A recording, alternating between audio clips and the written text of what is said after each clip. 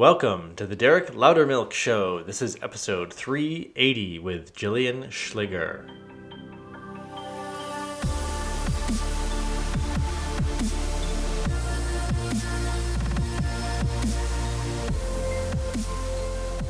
Jillian Schleger is an author and the creator of the kinetic divination system.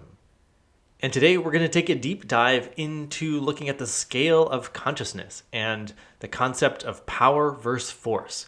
This is based on the research by Dr. David Hawkins and something that Jillian is an expert in. And we'll also be looking at how to use applied kinesiology, otherwise known as muscle testing, in order to assess what level of consciousness something is operating at. Now, this scale of consciousness, things that are based in power, that is, they have their own attractor field, these are based in higher frequential, higher vibrational states such as love or enlightenment.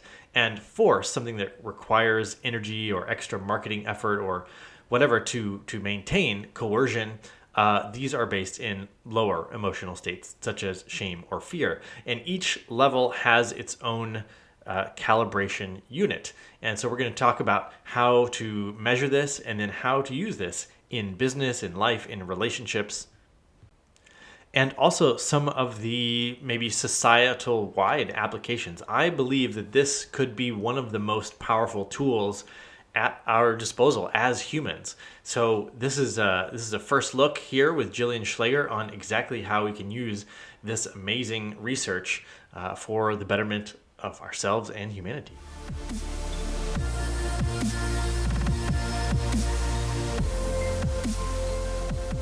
Jillian Schleger, welcome to the podcast. Thank you so much for having me.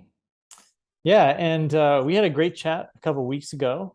I was looking for someone familiar with the work of Dr. Hawkins, power versus force, and the map of consciousness. And Carl Gruber introduced us. He is another podcast host, World Awakening Show. And so I got a chance to listen to your interview on his show a little bit. But yeah, would just love to have sort of just like a casual chat discussion about this potentially amazingly useful tool of applied kinesiology. And this guy, Dr. Hawkins, used it to create what he calls the map of consciousness, which is like basically puts a vibrational scale on all these different emotions, these human experiences, these states that we have. Would love for you just to start by maybe talking about what you understand the map of consciousness to be, and applied kinesiology, and then we'll go from there. Yeah, I agree. I think it's a topic that needs to be, I can't believe it's not talked about more. I think it's one of the most interesting things for us to have this tool at our fingertips, literally, to be able to gauge our reaction. I think as a super hypersensitive, highly sensitive, or empathic person, I was always told to stop being so emotional. And I always thought our emotions are maybe a superpower. There's more to them than meets the eye. And the map of consciousness comes into play with that. It shows us what really those emotional, where they are on this scale of the map of consciousness. And it shows us where we don't have to stay stuck there. That's how I kind of teach using this tool. We don't have to stay stuck in that anger, frustration, or jealousy, or shame, or guilt. We can move and change with these vibrations. I think it's a really powerful and interesting tool. Yeah, one of my mentors always says, if you spend more than 20 seconds in a negative emotion, then you're wasting your life. And basically what he's saying is like, yes, allow an emotion to arise and flow through you. But if you come back and back and back to one of these really dense, heavy emotions, that's not productive at all. Yeah, I agree. I think that we are programmed to see something and react to it instead of seeing something in our reality and going, okay, that's curious, have a curiosity about it, and have the courage to choose something else, to use that as a symptom, the feedback of your body of that emotion as a symptom, as a guidance, so that you can see what you're reacting to. And if it's a positive reaction, awesome, go with it. If it's a negative reaction, then have that courage and curiosity to change that into something different, to create something different. So, okay, let's establish this muscle testing thing. And so the what it offers is the potential to discern sort of absolute truth from falsehood, which has like unlimited potential. Now, the practice of it, as I understand, was like originally discovered by the practice of perhaps chiropractors diagnosing allergies or food sensitivities, and they found that muscles would go weak corresponding to different compounds in the body. And like if you eliminated those compounds, the muscles would be strong, and if the compounds were present in the body, the muscles would be weak. So that's like, and maybe in the 60s, like where this whole research started. Is that accurate? Yeah, George Goodhart, I believe was his name, a chiropractor who noticed that when he was talking about certain things and manipulating the body of his clients, when he would talk about things that were correct to the patient or client, the muscle would stay strong. But when he talked about something that was incorrect to the client or something that they reacted to in a negative way, then the muscle would weaken. And yeah, imagine being a fly on the wall in that room. Yeah. So, and what's interesting to me is, as a scientist, right? You discover something like this, and you're like, oh, cool. Now what can I do with this tool? Where can I go from here? How can I validate this? And so maybe I'll just ask you, like, how have you validated this for yourself as a reliable tool? Well, I think it's interesting because when I first learned about muscle testing, I thought I was astounded, but I wasn't able to muscle test myself accurately Mm. because I was at a lower vibration. I was in shame, which is if anybody looked at, and you can Google the map of consciousness to see the scale. It's really interesting to look at that scale. Shame is the lowest vibration at 20 megahertz. Right before death, basically. Yeah, not good. And there are dried herbs that I think that are higher than 20 megahertz, right? Not good, not a good place to be. And so, we were talking before we hit record about cancer diagnosis, and they have since discovered that cancer starts at 42 megahertz and below. So Dr. Hawkins in his work said that to accurately muscle test yourself, you need to be at courage or above, so 200 megahertz or above. And a lot of us are, most of the time, we have a baseline energetic resonance. And that baseline energetic resonance, if we are not at 200 or above, we're not able to accurately muscle test ourselves. So that was the first hurdle with me in my work of, I learned about muscle testing and hey, that this is cool, but I wasn't accurately able to muscle test myself. But the cool thing is I could, with really a small amount of time, 20, 25 seconds, sitting in the resonance, the emotion of gratitude will lift my energetic vibration, my emotion up over 200 megahertz. So that's how I kind of combat that. And that's usually where I start with a lot of my clients as well. Okay, that's really good to know, is that like, okay, it's a useful tool in a specific state. Otherwise, you're going to get inaccuracies. And when I first learned this, I was testing things, just like a bunch of known yes or no's, like, or a bunch of things that I know to be true or false, and I would just go through a dozen of these things to confirm the accuracy, and so I would like calibrate it. each time to be like, okay, I believe that I can trust this because it's given me 15 correct answers in a row. And even then I would be like, take it with a grain of salt, but like it seems like this will be accurate. um I did a little, just in the hour before our chat today, I did a little digging on the academic literature, and it's pretty there's not a lot of good papers.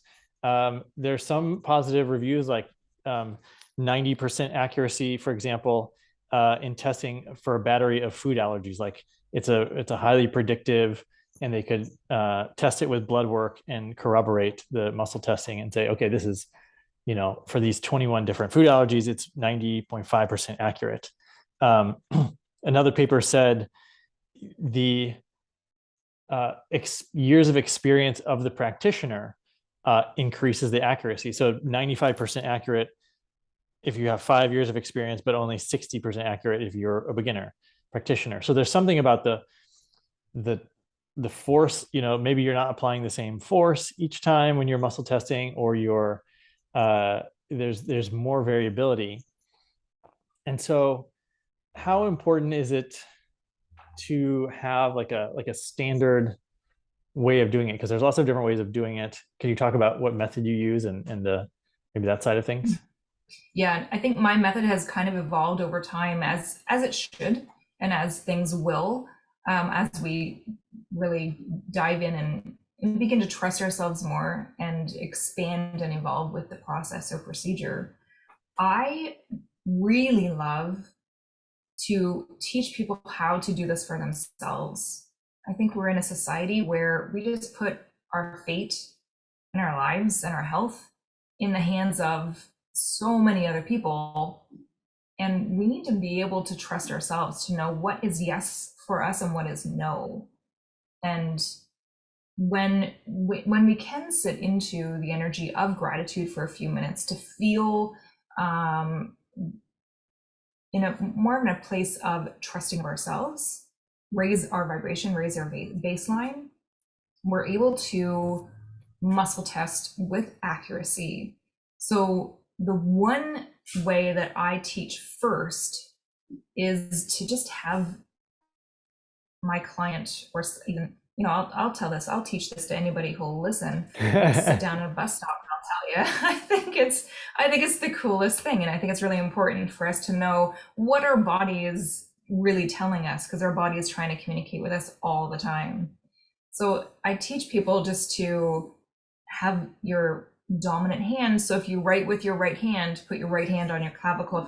If you're a southpaw, then you put your left hand on your clavicle. Then you have your whole hand flat, but you lift your index finger, your Peter pointer, Okay. and your other hand is going to test the baseline, test the strength of that index by pushing down on it. And the index that is raised is resisting that pressure. So you're keeping your index finger as high as you can while pushing down on the other finger, or from the other hand. And you're just testing how strong that is. That's your baseline.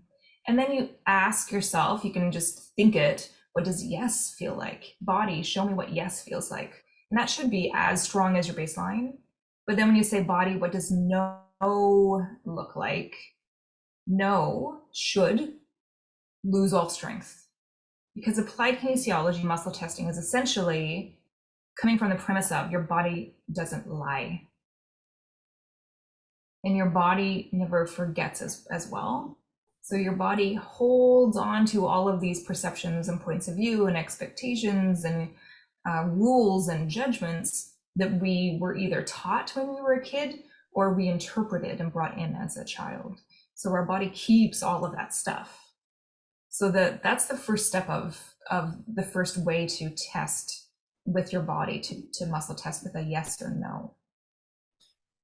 And so then you say, give me a yes, give me a no. So then you know what it feels like, what those yeses or nos. Besides needing to be in gratitude or needing to have a high enough vibration, are there any other considerations that are important to, or anything that could throw a wrench in the works? Yeah, absolutely. Because we're bioenergetic beings, we're entangled with other people's energy. So what I like to suggest to people is to just take a few minutes, even after talking to yourself about something or someone or someplace that you're grateful for. So you're raising your vibration first. And then I would love it for people to just say, I eject all outside energy. I eject all outside energy. And even saying, I eject my mom's energy from my body, I eject my dad's energy, a sibling, people that you're around most of the time. That is not outside energy as your body would describe it. Because these people that we're in contact with all the time, that's a home frequency, that's a home vibration. Our energy, our vibration is used to entangling with that other person. So when we say I eject all outside energy, it's not saying, well, your mom's energy is outside energy. It doesn't feel that way. It feels comfortable because that's a known, a comforting energy that you're entangled with. Whether you have a good relationship, a healthy relationship with these people or not. If you work with somebody who's constantly bullying you, but you're with them all the time, your body perceives that energy to be kind of a comfortable, known energy. So with this entanglement, it's important to eject all outside energy. Because if we're trying to muscle test ourselves to find out what our truth is, but we're connected to other people, we could be actually testing from the vantage point and perception, point of view, perception of other people instead of our truth. Okay, so we're in a sense eliminating variables here. And that reminds me of that study that showed that someone in a good mood, like they tested it on parents in a good mood with their school children's friends, and it was like 3 degrees of separation. Like if you're in a good mood, then your kids' friends will be in a good mood. So it's like ripples through and obviously the same for bad mood. It ripples through the networks of our communities. Okay, cool. So you've calibrated yourself to a high level, and then you've sort of cleared the way. And now, are you ready to go? Are you ready to begin muscle testing? Almost. I think the third step is to really get clear on what you want to test, what you want to create. So getting clear on what you want is vital for you to achieve accurate results. So that's the question that you're testing upon. It has to be phrased in some specific way or held in the mind. Yeah. So when years ago, when I knew about muscle testing, but I wasn't able to accurately muscle test myself, I'd be in a relationship and I'd be like, is this the guy? Is this the one? And because I was wishful thinking, of course, I was in my head going, oh yeah, of course, this is the guy. So I would muscle test and I would get a yes.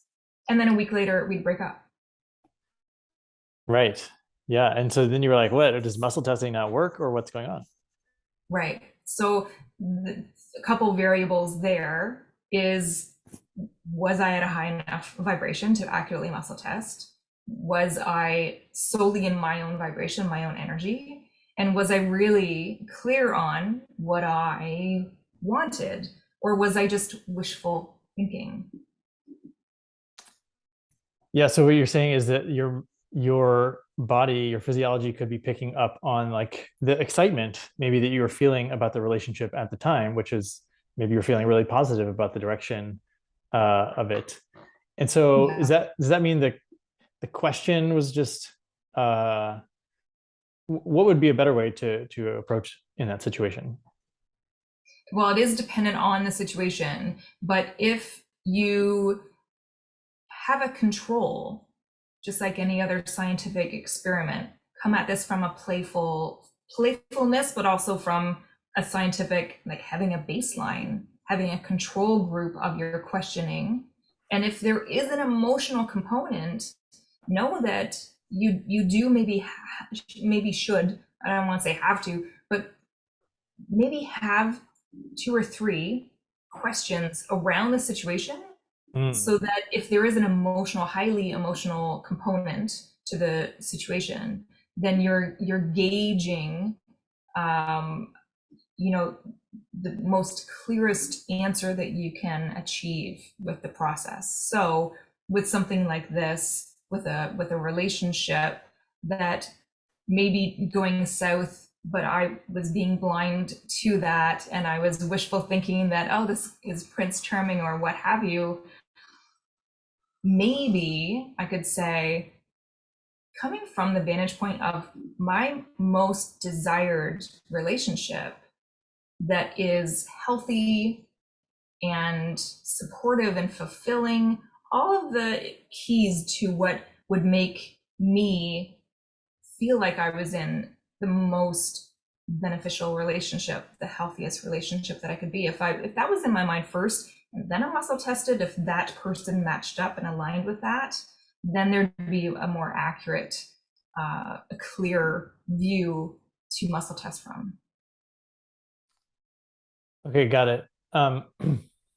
Maybe could you share another example of just recently Yeah, in your life how you've used this? sure. Successfully. Ideally. So with myself and with my clients, a lot of my clients are entrepreneurs, and they're coming into the online space to, they're creating a business and they have a program that they're selling. And a lot of my clients will stumble when they're beginning to trust themselves in coming online and creating an income for themselves. So recently I had a client who wanted to take a program that she had, and that she has a successful program where she's bringing people together to talk about grief and bringing a component of art with it. And it's really fulfilling for her, but she's unable to charge for that. So muscle testing with her, we brought in the component and the clarity of what really is the end result that you want. Because in her mind, she would love this business to be successful. She would love the home of her dreams. She can see her children and her grandchildren playing in the home. So bringing to mind this clear end result, and then tuning into and testing if this program, if this business is the vehicle to get her there, then that all came together. She couldn't match it up. I'm doing this for free and I love it, and I'd love to get paid for it, but I can't see myself getting paid for it. There's a disconnect there.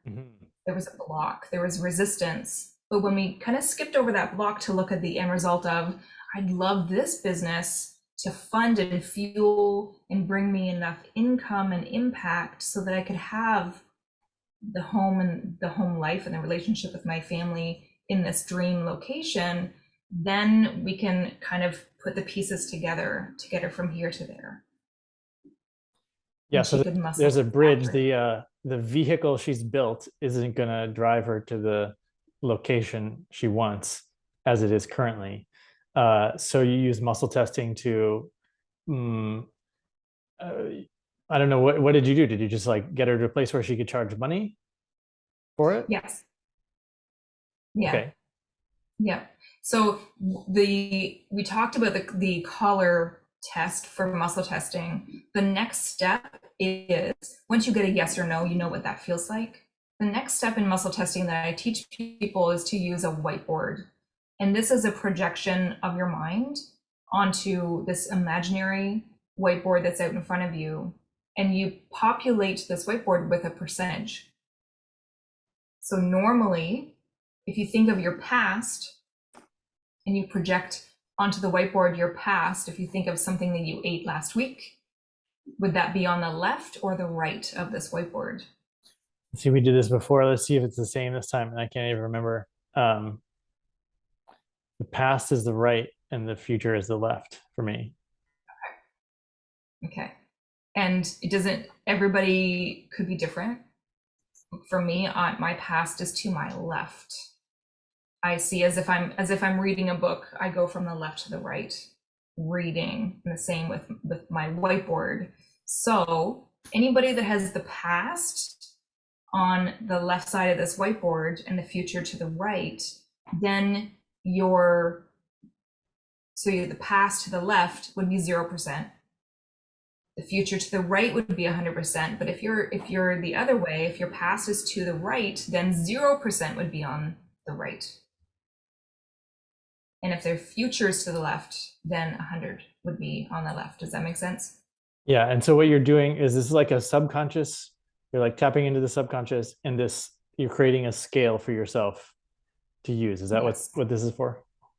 Mm-hmm. Okay. Yeah, and this was a bridge for me when I'm learning about muscle testing. I'm reading Dr. David Hawkins and learning about the map of consciousness, and then I hear an interview with Dr. Joe Dispenza, and he said the body is the subconscious mind, and I just went, whoa! I just, like, light bulbs just started popping off in my head. Like, it was crazy. Mhm. So seeing this whiteboard as a projection of your subconscious, and our subconscious loves to play games and is very visual and symbolic. So this whiteboard allows us to tune into, speak, test, gauge directly with the subconscious mind, and show the subconscious what you'd like instead. So if the client was not able to feel comfortable charging for what she's doing, then we can tune into the subconscious through the use of this whiteboard and go, okay, so whiteboard, how comfortable do I feel doing this program for free? And she showed 100%. Cool. So whiteboard, or subconscious mind, how comfortable do I feel charging for the same or a similar program? I think it was like 30%. So we can actually show the whiteboard, show our subconscious by imagining, or you can do it in midair, grabbing that 30% and bringing it up towards 100. So we're showing the subconscious, this is here, but I want it to be here. We're showing the subconscious we would like this change in our life, in our reality. And when you slide that scale up to 100, does it usually stay where you put it? It does, with a little, give or take maybe 10% or so. There's some safeguards and energetic work we can do to anchor that in better. But also, we talked about in the beginning, ejecting outside energy, going up in vibration to gratitude, and making sure that you're coming from a place of your own energy. That helps with that stick-to-itiveness of that percentage staying put. Okay, and then what was in her business? What was the next thing that unfolded from there? Well, there were a lot, because she was resistant with actually kind of doing the work, especially with me. She said, oh, this is going to take too long. I'm going to have to really sit down and do some meditation, and I'm going to have to really work on this and really, push and hustle and force this to be what I want. There's too much of a gap from that 30% to 100%. Yeah. I can do this without charging people. That feels comfortable at 100, but at charging for it, that's way down here at 30. So she thought that was too much of a gap. So it was a little bit of a struggle for her to see this doesn't have to be a struggle. We don't have to work hard at this. So shifting that 30% to 100 allowed her instantly the clarity of, oh, wow, this is the same. They then felt the same for free, and being charged, or charging people, being paid for it, that felt the same. So there was the clarity, there was the ease, there was trusting herself to be able to do it. And that allowed her the chance to start the process of putting those pieces together, of creating and offering people that program. Gotcha. Yeah, I hear people talking about, I see ads or I hear people talking about clear money blocks. We're gonna do this or that. Obviously people do that and maybe are still searching, or sometimes it works for people. So how is this different from like what most people think of as clearing money blocks? Yeah. So most people, when they think of clearing money blocks, they think of like cutting cords, and they are dealing with the symptom of a money block instead of dealing with the root, the core programming. Because we're dealing with the subconscious, and the subconscious deals with our programs that have been there for a really long time. Really long time. Maybe we were one or two, and if I remember about a year ago in the summertime, I was outside with my neighbor. She has a young daughter, 6 or 7 years old, and the daughter was playing in the driveway, and there was gravel, and she found a dime. So she ran up to her mom and she said, "Look, I found money." And her mother knocked it out of her hand and said, "That's dirty." So immediately that's a program in that kid's head of money's dirty. I can't have this. I shouldn't have this. This is wrong. I'm wrong. No, there could be a dozen different programs just from that one instance. And, parents, don't freak out. You can, parent and teach, parent and teach your kids the way you can. We can just, then use muscle testing to tune in and go, okay, do we have some work to do with this program? Or how many programs do I have with money? Like, muscle testing can be used for so many things. But those blocks, are a symptom of that root program or trauma. And we can use muscle testing to tune into where that trauma is. And the cool thing about the whiteboard is it shows us. So if she was at 30%, and I said, bring that 30% up to 100, and you can do this with anything. How aligned are you with getting into a relationship? How aligned are you with that person? How aligned are you with that job? How aligned are you with money or the income that you want? And if your alignment is 30% and you're trying to bring it up, it will get stuck if there is a program or a block or resistance there. It won't actually go to 100. And this happens all the time. Again, I work with entrepreneurs who I have kind of a fledgling business with one newish client of mine, and she was wanting, $1,000 months so that she could quit her day job and she can do this business. And I said, okay, great. So we worked on that for a few weeks, and then she came to me in the last session and she said, never mind the 1,000. I want to go for 10K. Let's do 10,000. Yeah, I was like, 1,000 a month. Right? Where is she living? Right? Well, she's in a relationship, and yeah. Like when I moved to Vietnam and I only needed to earn 1,000 a month, and I got my cost of living down to 800 a month, and I was like, ooh, 20% profit. But that's, Yes. I haven't experienced that in a long time.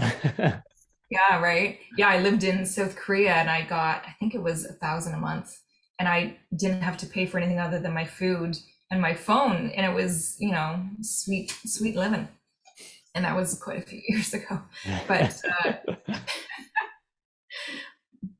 but that was wishful thinking. She wasn't aligned with $10,000 months. And this is, that's kind of the magic number for new-ish entrepreneurs coming into this online space, is that those elusive 10K months, right? But sometimes it's wishful thinking. So this whiteboard and muscle testing can show us where we're wishful thinking or where we're actually aligned with creating that in our reality. But if you put it on the whiteboard and you're testing, okay, so how easy is me to get $20? And that may be 100%. Then you're tuning into how easy is it for me to create, generate, receive $10,000 a month through my business? And that could go right down to like 20%. Mhm. So if you grab that percentage and bring it up, it could get stuck along the way. Or there's this cool rubber band technique where you bring it up and then you let it go and it goes right back down 20. Your body will show you what is aligned, what is safe for us to create or not. So what if someone's wants to be creating 10,000 months and it just keeps going right back to 20%? Then what do you do? Well, we look at where it gets stuck because it's getting stuck in the body somewhere. And this is another component of, I created a healing system I call kinetic divination, kinetic from kinetic, kinesiology, applied kinesiology, and divination because divining with your body is you're looking for answers. So when if you're, whatever you want to create and you test it on this whiteboard and your percentage is 20, 30, 40%, you'll create from 80% up. So if it's below 80, then grab that percentage and bring it up to 100. If it gets stuck, then really kind of imagine that you're playing with it. You're bringing it up. You're trying to bring it up. Your body will tell you in the chakra system where it's getting stuck. So you may cool. feel like, yeah, it's really interesting. You may feel like you have resistance or you start clearing your throat. You may have some sort of trauma or story or program in your throat chakra that will trigger a wound in that chakra, which is usually fear of criticism. The fear of criticism will sit in the throat. And this happens, I tell you what, it happens every single time. Every single person. If I'm working with a student or client and we're in session and they're bringing something up on the whiteboard and I'll say, where is it in their body? And they'll say, oh, I feel something in my throat. I'll say, is that the fear of criticism? They'll say, yes, it is. Yes, it's 100%. I've never, ever had a person who says, no, that's not right. Wow, yeah. It reminds me of this work that I do. Previous guest of mine, Marin Azoff, she has the system, vocal transformation system, and it's using chanting and different vibrational tones to work with each chakra in turn. And I keep coming back to the throat chakra because it's like, it feels really good to try to keep that open and flowing. And, so it's like you do 40 days of chanting on each one. So it's 280 days to go through the full system once. And yeah, the throat chakra, I was like, give me extra days there because Yeah. it can use it. Yeah. Yeah. So are you open to sharing a little bit if there is a history of or fear of criticism? Well, I've always been so excited about what I'm learning, like even as a kid. And I, was catching up with some of my elementary teachers, and they say you would rush into class and just like share everything you learned from when you left school to afterwards. And I think when you're so excited about stuff that when people shut you down, they're like, I don't have time to hear about all this stuff, which I do as a parent because my kid is the same way, but he's this incessant, right? I'm like trying to go to sleep and he's like, more, more, more, right? So I totally get it, but I feel like that's probably where it came from, was just like being shut down. Like, I don't want to hear it right now. Yes. Yeah. Well, I'm sure that chanting and working that throat chakra moves that energy and allows for what it's interesting too when we have these wounds to really look at that and go, okay, so I know that this is from my past. If it's recurring for anybody, to see that recurrence, to see that program or that lesson and flip it so that you're focusing on seeing evidence of the opposite. So see evidence of how easy it is for people to hear me and support my vision and support my creativity and really listen to what interests me and have that support. system. I like that. Yeah. Um, one of the things that I do sometimes assign to clients is like uh come up with 100 true reasons that support whatever it is you're trying to achieve. So it's like, okay, maybe we want to make 6 figures this year. Like, it's true that I have a lot of drive. It's true that I have a great network. It's true that I'm a good salesperson. It's true that I'm creative. Like all these things are in support of this, which are irrefutable. And then it kind of seems to convince the subconscious in a way like, okay, you're right. It is that you're perfectly set up to do that, objective. Mm-hmm. Yeah, and they can, incorporate muscle testing with that as well to see if that each one of those affirmations or mantras is actually resonating at the highest vibration that it can, so that it can create. Yeah, perfect.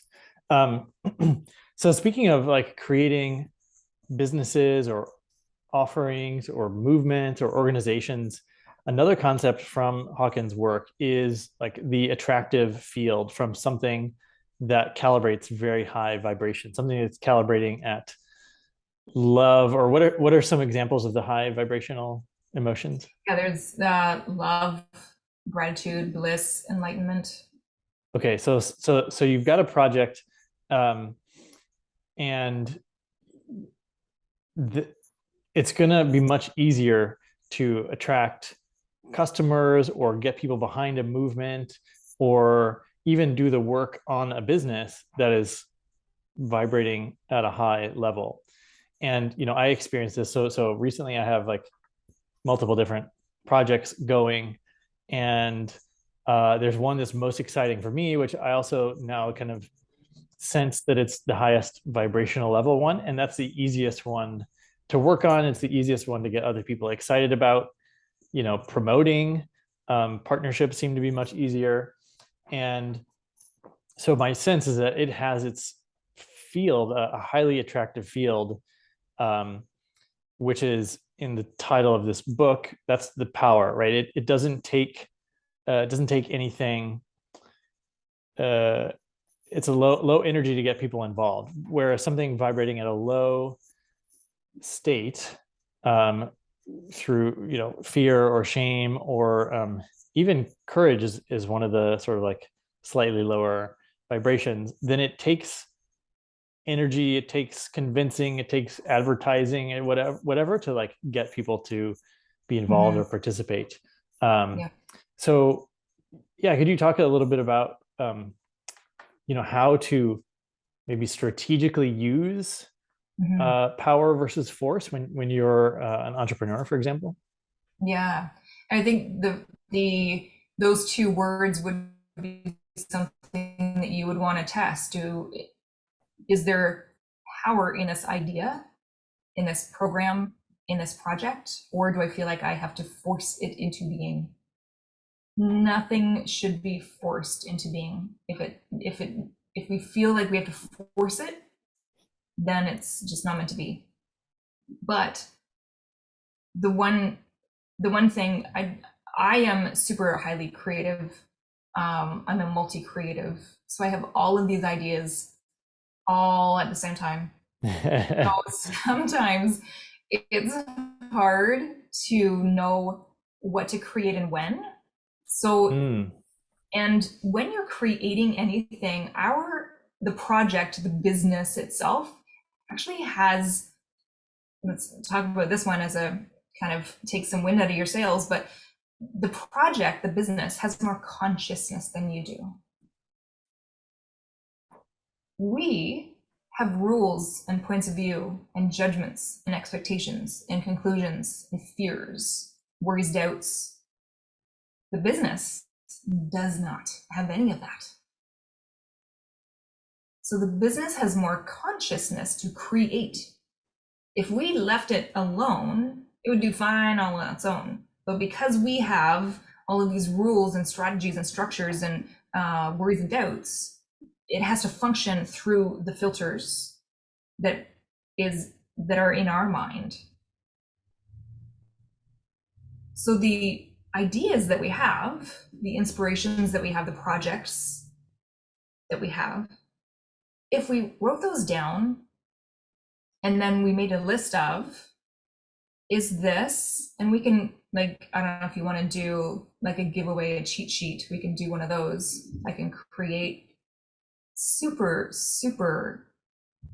highly effective way to do this is to write down your desires, write down if that's your desire or someone else's. So you would muscle test, is this actually my idea or is this somebody else's idea? And then you would muscle test, is this for me to create now or is this for me to create later? Mm. So that's where the energy comes in. It's not the energy of the project that we have to worry about or think about. It's our energy, it's our power. And it's not the vibration of the project, it's our vibration, it's our assumptions or expectations that are getting in the way of it. So we can actually manifest from most, and we do manifest from most vibrations. There's a fallacy, a myth that if you're at anger or fear or doubt, that you can't manifest. I manifest when I'm between a rock and a hard place. That's sometimes the best place for me to manifest. I'll manifest my way out of that really super quick, right? We manifest at most vibrations. If we're in the shame 20 or guilt 30, we could probably still manifest from there because we always are manifesting. We're assuming that chair, that guitar is going to be there because I put it there yesterday, so it's going to be there tomorrow, right? We're assuming that things in our reality will just be this way. That's manifesting. If we aren't manifesting change at those lower vibrations, somebody in shame isn't going to feel like they're deserving of anything different than what they have. So they're not going to actively, consciously create or manifest anything different. But we can manifest at any vibration. Now, what I teach in my programs is if you're at a vibration of love and you're wanting to manifest those 10K months, but if you muscle test using the map of consciousness as the scale, and you tested your vibration with money is fear, then you won't create that money, because that would be like manifesting a basket of snakes into your living room, and most people wouldn't want to do that. I see. So this is how somebody who is vibrating high could still not be able to get the physical money into their life. Yeah, because they have rules and assumptions and programs around that thing. So if it's a program, if it's something within the business, if it's a project in the business, then you'd want to muscle test what vibration that project is in relation to you. It's our perception of that thing. Gotcha. And I'm guessing you probably break down components of a business that there's like, there's the sales piece, there's the charging piece, there's the how well you can deliver the online course, whatever it might be. So you can like calibrate and test each of those different aspects for a clearer picture. Yeah, we have a full-on launch process. I mean, we write out the launch process and we align with each component of that. So one of the struggles that I still find myself in is because I get these inspired ideas and I want to jump on it like 5 minutes ago, I want this launched. I can't do a 2-week launch. I don't have the energy to sustain me. I want a 3-day launch because I want, this idea is so inspiring and I'm so excited about it. But if I don't see it if I don't see any action within 2-3 days, then that energy, the emotion will fizzle out and I'll just get another idea, right? It's an idea after idea after idea. And a lot of my clients are the same, they're multi-creatives. So when we have a launch, we have to be aligned with what kind of my clients won't be aligned with a 3-month launch. That just won't work for them. So we muscle test every stage of that launch. It seems like there could be some sort of hack that you employ to like give you enough juice or response or feedback. Like maybe you do a little poll and you say like, okay, who would be interested in this? And that's like permission to do an add another 3 days. I you know Yes. I when I get feedback from people about their excitement about what I'm doing, that's always seems helpful for me. Yeah, true. And mapping, kind of weaving that into your launch to get that kind of dopamine hit, if you will, every so often, so that it keeps you on that path. Yeah. Could you do you have an example of like where you wanted to put something out quick and then use this process to map out a launch? Um, if I want to put something out quick, Yeah, how do you get around not dropping something that you want out fast? Or do you just well, rush it out, or I what do would, you do? yeah, and it's gauging. So, it depends on if I get that inspiration and then I don't do what we just walked through of the, is this mine? Does this need to be out now, or should I, write it down and put it out in a month or so and work on other things first? If I don't do that, then it could just fizzle out and I jump on the next wagon that's coming down the road of an inspiring idea that comes into my life, right? But if I do that, it is mine, it is supposed to be for now, then most of the time there's enough of a vibration there, there's enough inspiration for me to continue on with it. But the launch process, it depends on the person. But if you have something that you really want the most amount of people in to get these tools, to get this knowledge, and you want enough of a runway so that that happens, so that you have a successful launch, so anywhere from maybe 2 weeks on, then you would look at the key components. And I teach to really sell the program before you create it. Have the end result in your mind, but don't create the whole 3-month program and then sell it. You need to have an idea, you need to know what the end result looks like and the first core components, and start selling those.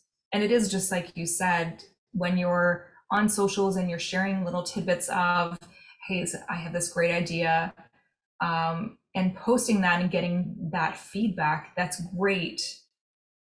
When we have some doubt, or if we need that dopamine, if we need that permission, that's where sometimes the vibration fizzles out, right? Because it's not our power. We're asking other people to be the power source of what we're creating, which never works, never ever works. The power has to be from our own vibration.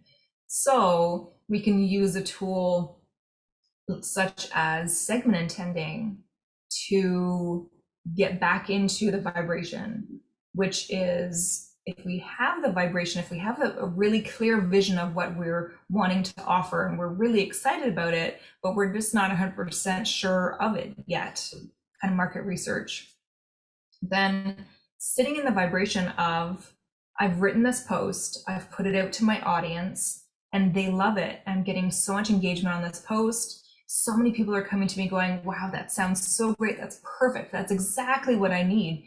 You're feeding the energy and the intention of what you want from that post, from this idea, to come back to you. So that's segment intending. And that's, you can use segment intending, you can use muscle testing to really tune into what you're creating, to really gain clarity and have the highest vibration possible, so that when you do post it, when you do launch it, you're getting the feedback that you require so that it does fulfill its run and is launched. Okay, cool. I'm not sure I quite understand the segment intending. The segment intending is a really cool, Abraham Hicks talks about it a lot.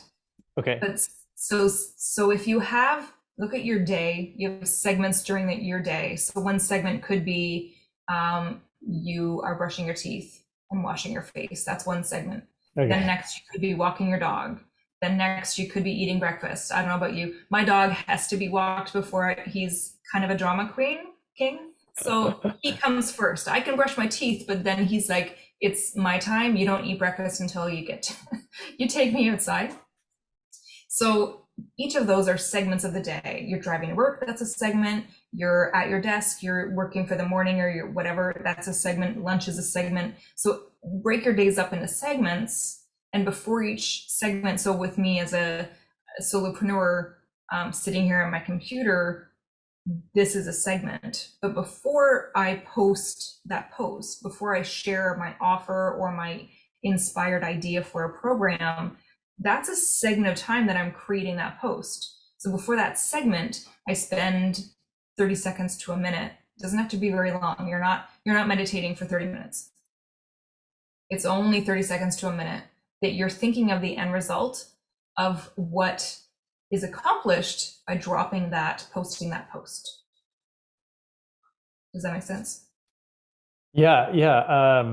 Reminds me of, Oprah, I think, was like, whenever she would have a business meeting, she would just ask everybody, like, what are we doing here? Like, what's our intention for this meeting? Just so like everybody could be on the same page. And I often am advising my clients like to have some sort of reset in between these segments, to take advantage of the transition moments, like so walking in from the car to kind of like wash away or release the whatever you're carrying with you from the last segment, and then refocus on the future segments. Okay, so I totally get that. Yeah. Being able to set the intention for each thing. But okay, so if I'm going to promote this with a specific post, before I even write the post, what's my intention for what this is going to do in service of this launch? Yeah, because your audience can feel your vibration. So if you're not 100% sure of the program or the content, or you're seeking permission, then people can feel that. It comes through, yeah, it comes through the post. Okay. That's something you can muscle test as well. Am I fully in my power in this program? Do I fully 100% know that it can serve my people, my audience, my fans, my clients in the most highest aligned way possible? Do you really feel that? So if you feel that way, then it's a given. It's a no-brainer that you're gonna hit that out of the park, and it's gonna be, full before even the early bird is done, right? Full program, full sign up. Gotcha. So I'm thinking of a person in my life right now who has like this deep knowing that he has this mission that he needs to put together. And it's like a big undertaking, a big organization. And sometimes he's dragging his feet because he's not super confident that he can make it all happen because it's so big. How would you so you're saying he's probably not confident, or he's probably like not vibrating high on some specific areas of delivering that. Is that what you would say? If I can, there's a couple things that is really fun for me, because I'm an intuitive healer, so I can kind of feel the energy through you. So Okay. what I'm getting, and if I can just kind of go on a rant about this, if that's cool. So two things is the too big. It's too big, number one, and number two, I think he's looking at the whole elephant and not the next little step that he can take to get closer to that elephant. When it's sort of like, well, let's go to the first one first. So the too big. There's a really cool technique that I learned when I was researching and looking into reality transurfing, and it is a line. anything that is above the line feels too big, too cumbersome, too heavy, too much. And I'm going to have to force to create this. Below the line is power. I get to pull that to me. So force is I have to push, that's above the line. Power is below the line. I get to pull this thing to me. I just get to lean back and allow this to come to me. So below the line are things like tying your shoelace, walking your dog, intending and getting that text message from somebody that you know, getting free coffee, getting that perfect parking spot at work or the grocery store or wherever. Those are really easy, fun, playful things. Those are below the line. So maybe the 10K or the 50K months, maybe above the line. Mm-hmm. Maybe this business, this vision that he has is probably over the line. So it's too big. So anything that has the most importance, and I get this because the kinetic divination was way too big. I put it on a pedestal. So it was more important than me. That's so, the methodology you created. Yeah, kinetic divination. Yeah, it's a healing system. Healing system. So if he has it on a pedestal, yeah, he can't reach it. He can't create it. It's too big. It's too important. It's too powerful. So he's giving his power essentially to this business, this ideal that he has of what he wants to create.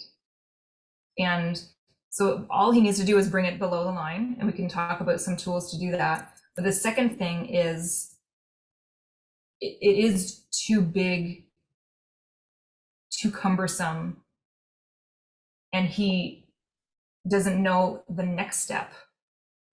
But it's fun to think of and project that dream vision of the end result of that goal, of your business, of your desire, but then come back to the now and just ask for, okay, if I knew what the very, very next step, not 20, 30 steps from now, the next step, that's what I need right now. I don't need 30 steps from now. I just need the next step. That's what I can handle. That's what I'm in charge of.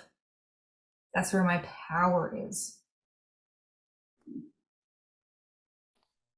Yeah. So Tim Ferriss talks about the lead domino, like the thing that will facilitate the following steps. Because you could probably think of like, okay, I think I probably know like 15 different steps that I can see at this point. Which one of those is the immediate next step? Yeah. Yeah, and they say, go as far as you can see, and then you'll be able to see further. You only need to go as far as you can see. So yeah, I would love to hear one of those tools for bringing something that's really big above the line. Like, how do you make it below the line? Yeah, so we can use the map of consciousness. So when you tune into the business in general, tune into the idea, can tune into what that map of consciousness is. And just like we talked about the whiteboard, you can actually use the map of consciousness, just projecting it onto this imaginary whiteboard that's out in front of you. Or you can have a map of consciousness on a piece of paper using a pendulum. You can test the vibration of the business, of you creating that business. Okay. Right. So if we're thinking again about the 10K months, if we want 10K, but we're muscle testing our vibration between us and that 10K, if that vibration is fear, then we will not create it. So if the vibration is low, if it feels too massive and too scary, then that will be there'll be resistance there. But whatever that vibration is, and it's probably lower than courage, so lower than 200 megahertz, whatever that vibration is, we want to look at the emotion of that. What emotion is coming up? And emotion is energy. So you can just eject, you can dispel that energy, neutralize that energy. And that's a really we don't have to be Reiki masters to be able to move and kind of eliminate energy that's unnecessary. It's not, you're not jumping off a cliff. You're starting a business. You're creating something. It's not dangerous, but sometimes our body and aspects in our body believes and feels like this is totally dangerous. I'm jumping off a cliff right now. But if we take the energy out of that and look at the emotion and say, do I really need to feel fear? Do I really need to feel doubt? And there's different ways you can ask yourself, do you remember when I did this? Something from your past that maybe was a little bit scary at the time. And remind yourself, remember I did this, I can do this too. Remind your subconscious mind that, I learned to walk when I was however many months old. I learned to run. I, did this in public school, a track meet or whatever. We have evidence from the past of doing potentially scary things.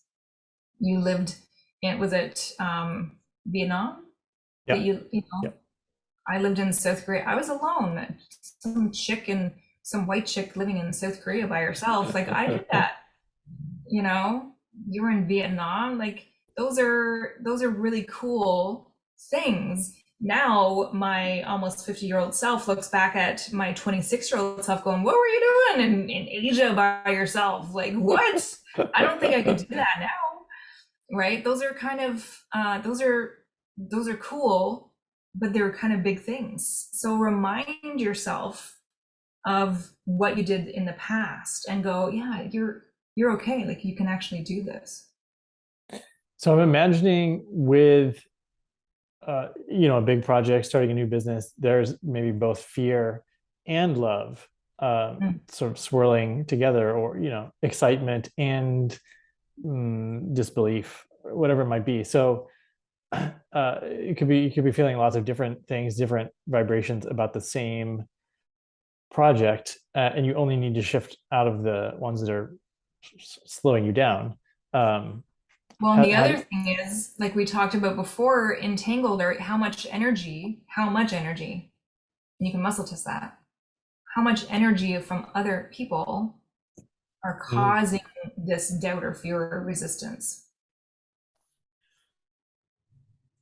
Okay, I can see how it's be great to have you as guiding this whole process, right? Because somebody listening, like, I'm even forgetting, like, okay, remember, yeah, there's other people's, and could it be like their continued, like how much either like somebody wants you to succeed and then somebody else like doesn't want you to succeed, and so And then it could there's be their perspectives and perceptions and points of view around business or around money or around wealth or around success. And because we want to appease them, we want to be loved and supported by them, and we don't want to make them uncomfortable. And this is one of the biggest blocks to success, is we don't want to make the people that we love uncomfortable. And the people that we love have these perceptions about who we are. So we try to show up in our lives, making them right and making them comfortable. yeah. So when we eject that energy from other people, we want to eject the perception of the identity that we have, that we're living, to make somebody else comfortable. And that's a big one. Do you see that when people eject influences, how quickly do these come back? Are they gone forever? Is it like a process? They're not gone forever, they're not gone forever because we are bioenergetic beings, because of quantum entanglement, and Einstein said spooky action at a distance. No matter where we are in the world, I could think about my client in New Zealand right now, I'm in Canada, and we're linked. Like, the speed of thought is faster than the speed of light or the speed of sound combined. So that is quantum entanglement. That's bioenergetic. It's amazing stuff. So it doesn't go away forever, but you get better at feeling into, once you know what your vibration feels like and what your home frequency is, you can use the map of consciousness. Dr. Hawkins says that we do have a normal baseline, a home frequency that we sit Mhm. in. And once we know what that is, once we know what that feels like, then we know when we're connected to or somebody else is connected to us. Which could be as simple as you think about them and then you become entangled again. Yep. Amazing. This is so fascinating, and I see you as like you've learned a lot of these techniques, and then you've gone and pioneered your own way of bringing them all together. And you call yourself a multi-creative, and I totally see that.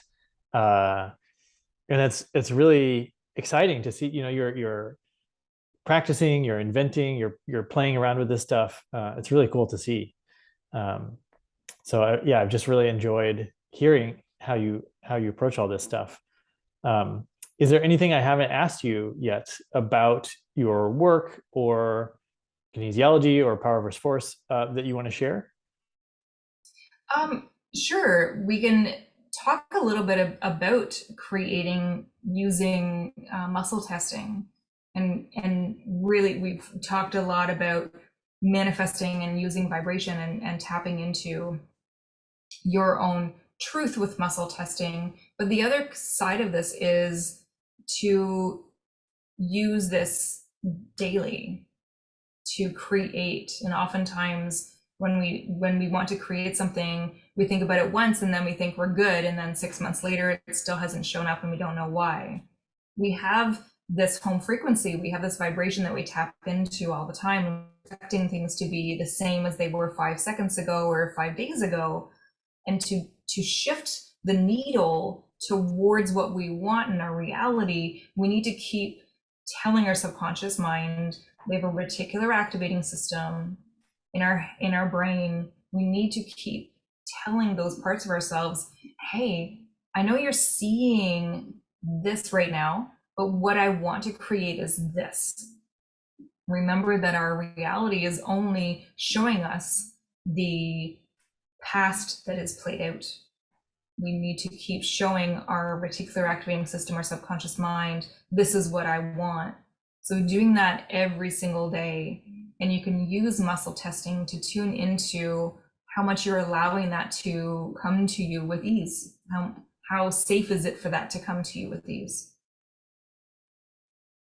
Okay, so I'm thinking of there's this I guess it's like a online program, or you can like put a bunch of images in. It's called Mind Movies, Yes. and it creates this like little movie of the things you want. And I did this a few years ago, and I just discovered this on some flash drive or somewhere, and I went through and I watched it, and like every single thing had appeared is now in my physical reality, and I was like, holy shit. Wow. Yeah. uh and this is, maybe 8 years ago, I wrote down my perfect day, and that came true after a few years. And then like this mind movie, and I would watch it, like every day for a few weeks. And I was like, okay, but then now look at like my car is the exact shade of green that the photo of, I was like, that's too wild. Um, so look, and I haven't done it recently, which makes me think like, oh, maybe I should go back and do it. Um, so it's like a daily practice of uh sort of re making it present for yourself again, like what it is that you're aiming for, or wishing to create in your life. Yeah, if we think of our brain as a computer, we're plugging in the program. And if we just, most of us are running from a program that somebody else created. So to override that and to kind of dissolve or diminish that, we need to show our brain, this is what I want now. And if like, that's amazing. I love that. And so when you were in school, when you were learning, if I may ask, what kind of a learner, what type of learner are you? A visual, audio, written, uh kinesthetic? I'm kinesthetic and interpersonal to a large degree. So like moving with other people. Yeah. Mm. And so it's interesting when you think about the mind movies. So what in one of my books, it's Dynamic Intention Journal, I talk about the primary manifesting style, which goes off of the primary learning style. So if we have a primary learning style of visual, because a lot of us are visual manifestors because we're predators, our eyes are at the front of our head, so we are very visual creatures. If we're visualizing something, or so if we're watching or creating mind movies, or if we're dream building, then those activities are very visual. We can create a visual representation of that end result that we want, and we can muscle test how many times per day we need to show our brain, show our subconscious that thing for it to come to us in the quickest amount of time possible. Wow. Yeah. Okay, I want to try that. Yeah. Yeah, okay. It's pretty cool. So because we can't just, we have this program running of maybe it's hard to create money, or money doesn't grow on trees, or it's hard to create a business, or maybe I have to struggle and force this so success can come to me. Maybe we have all of those programs. And meditating or looking at a mantra or saying a mantra or an affirmation, once a day, that's not going to override that other program. So we can muscle test how many times we can either visualize or repeat the anchor affirmation mantra, or we can run that mind movie. If we muscle test how many times per day that we need to do that to create that in our lives, then all we need to do is fulfill that, show up every day, and I think the maximum that I have in the journal is I think 10 times, but it could be for 1 minute. So instead of just running that vision or mind movie or affirmation once for 5 seconds, you're doing maybe a minute at 10 different times during your day. And that will imprint your subconscious and your reticular activating system, so that changes, that creates in your reality. And so let's say muscle testing told you, we think you should do 10, and you did 5. So maybe you would speed it up a little bit, but not at full speed. Is that perhaps? Okay. Yeah, and 5's better than none. Right. Yeah. Okay, and so maybe I would have gotten my green car sooner if I had just played it more. Yeah. And I think it's either disbelief or lack of trust in ourselves or the system. Sometimes we believe that it can't be our power that creates, it has to be force. We think that it has to be harder than, watching a mind movie 3 times a day instead of once a day, right?